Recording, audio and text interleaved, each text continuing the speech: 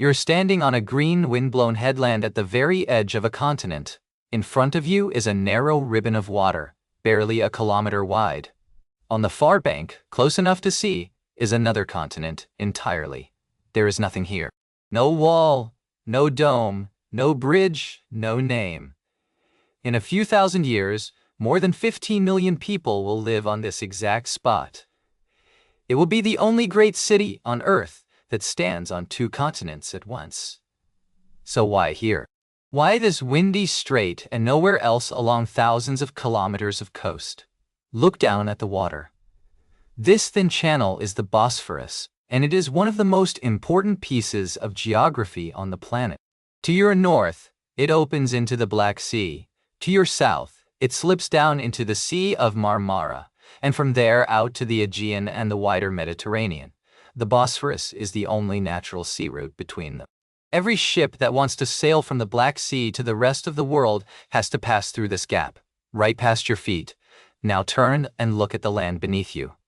The European shore here doesn't run straight. It folds inward into a long curving inlet of deep calm water, shaped like a horn. One day, people will call it the Golden Horn. For now it is just a perfect natural harbor, sheltered from the wind, deep enough for any ship, with a high triangle of land guarding its mouth, a strait that controls a sea, a harbor that shelters a fleet, a point of land you could defend with a single wall. Have you ever seen a spot so obviously built to become a city? Other people saw it too, but the first to settle here got it wrong. Around 685 BCE, Greek colonists founded a town called Chalcedon on the Asian side of the strait, across the water from where you stand. It was fine. It was fine. It was ordinary, and it ignored the far better site directly opposite. So about 25 years later, around 660 BCE, a second group of Greek colonists from the city of Megara arrived, led, the legend says, by a man named Byzantium. Before they sailed, they had asked the oracle at Delphi where to build. The oracle told them to settle across from the land of the blind. When they reached the strait and saw Chalcedon sitting on the lesser shore, ignoring the harbor and the high ground right across the water, they understood. The people of Chalcedon must have been blind to have chosen that side, so Byzantium built on the good side. He named his city Byzantion. For centuries it was a modest Greek trading town, but its position did something quietly powerful.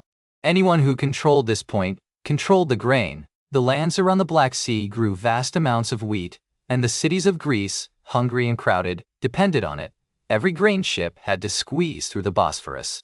Sit on that choke point, and you tax the food supply of an entire civilization. The little town grew rich on something it barely had to lift a finger for. It simply sat in the doorway. Then came the moment that changed everything.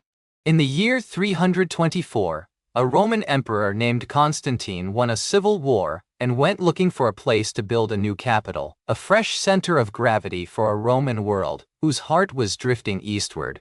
He looked at the old Greek town on the strait. He saw what you were seeing, a site that guarded the passage between two seas, sat astride the road between Europe and Asia, fed itself from the Black Sea grain, and could be sealed off by water on three sides. On the 11th of May, in the year 330, he dedicated the city and refounded it as his new Rome. The world soon called it after him. Constantinople. Now watch the city explode. Constantine and the emperors after him poured an empire into this one point. Imperial palaces, a vast hippodrome for chariot races, churches, baths, columns, and aqueducts carrying water for hundreds of thousands of people. The geography that made it rich now made it the capital of the Roman Empire in the east, the empire we call Byzantine, after the town's first name. For more than 1,000 years, this would be the largest and wealthiest city in the Christian world. But wealth attracts armies. How do you keep a treasure like this? You go back to the geography. The city already had sea on two sides and the Golden Horn on the third. In the early 400s, under the Emperor Theodosius II, builders raised a line of walls across the open landward side, a triple-layered barrier of stone with a moat in front. The Theodosian Walls. For 1,000 years, almost no one got through them. Wave after wave of attackers, Persians, Avars, Arabs, Bulgars, Rus, broke against this city and failed. Across the mouth of the Golden Horn, the defenders could stretch a massive iron chain, sealing the harbor so no enemy fleet could slip inside. The same shape of land that made the city rich now made it nearly impossible to take. And inside those walls, the city built wonders. In the year 537, the Emperor Justinian finished a church so enormous and so daring that visitors said it seemed to hang from heaven by a golden chain. Hagia Sophia. Its dome was the largest in the world for nearly 1,000 years. People crossed continents just to stand beneath it. So how do you take a city like this? For centuries the answer was simple: you don't. But geography is never the whole story. Walls were built for one kind of war, and war kept changing. By the spring of 1453, a young Ottoman sultan named Mehmed II arrived outside those ancient walls, and he brought something the wall builders had never imagined: gunpowder. Enormous cannons, some so heavy it took dozens of oxen to drag them into place, hammered the Theodosian Walls day after day.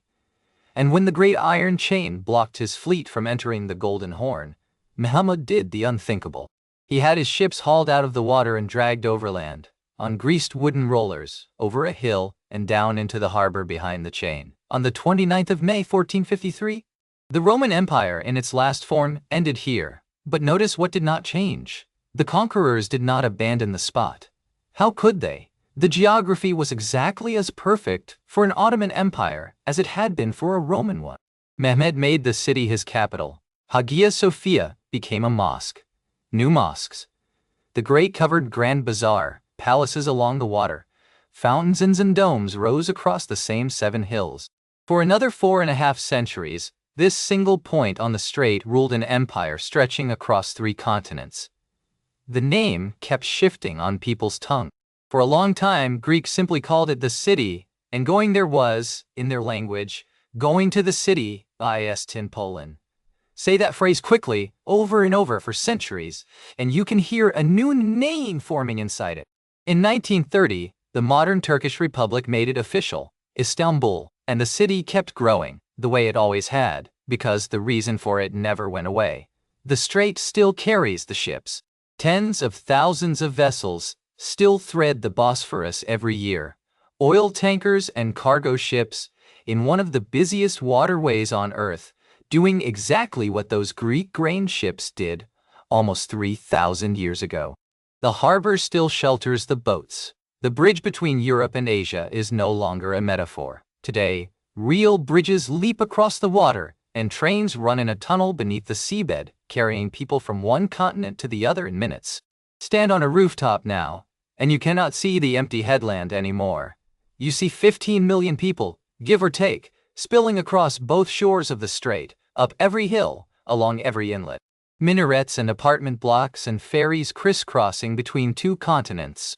The only city on the planet that has 1 foot in Europe and 1 in Asia, sitting on top of Byzantion and Constantinople, and 100 lost neighborhoods, layer upon layer upon layer. But the thing underneath it all is still the simplest thing. A narrow strait that controls a sea, a curving harbor shaped like a horn, a point of land you could hold with a single wall. You're standing on that same windblown headland where 2 continents almost touch. You just can't see it anymore. 15 million people are standing on top of it, and the water is still flowing past, exactly where it always did, waiting for the next ship.